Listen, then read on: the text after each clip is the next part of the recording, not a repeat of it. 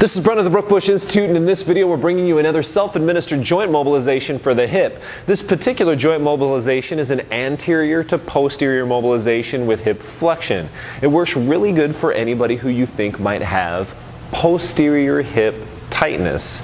This would specifically be those with lower leg dysfunction or lumbopelvic hip complex dysfunction.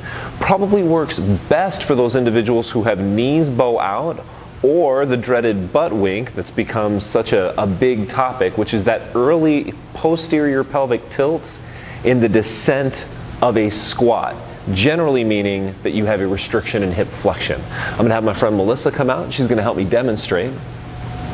Now she's going to hook one of these big 1 to 2 inch thick monster bands around a very low anchor. Make sure the anchor is heavy and stable, it's not going to move.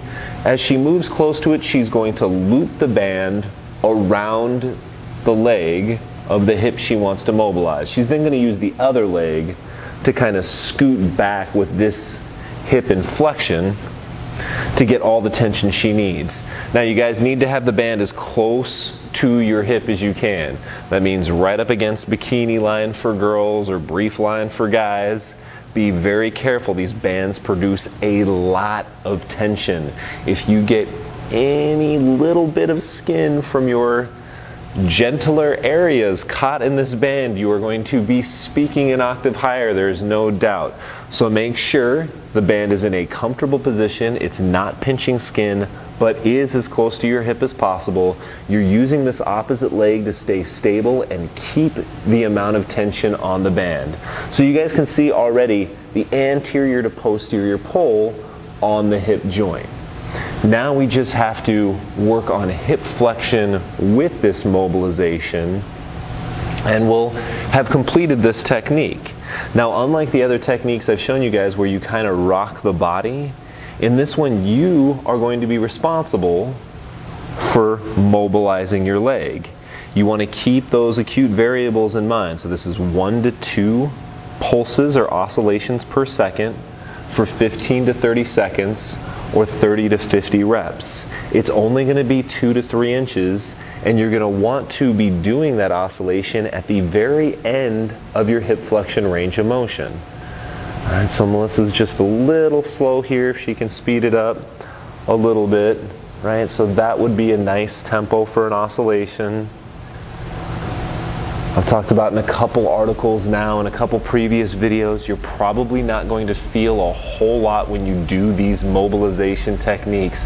I don't want you guys going for that feeling of an intense stretch, like you're doing a hip flexor stretch or a lat stretch, or that intense amount of tenderness like when you do a release technique. You're probably actually not going to feel that much when you're doing this. Maybe just a little stretch deep in your posterior hip. After 15 to 30 seconds, you're going to stop and retest. So if the reason you did this was because your knees bow out during an overhead squat, I'm going to go ahead and have you do that overhead squat again and see if your knees bow out got better. Of course, if you have any pain in your hip during this technique, cease immediately.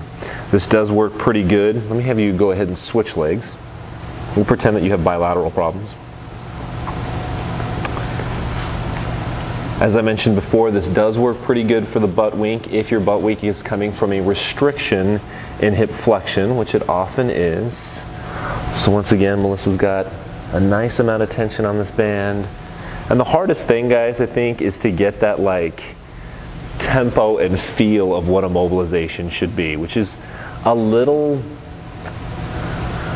faster and a little smoother than I think a lot of people do initially. This does take a little bit of practice.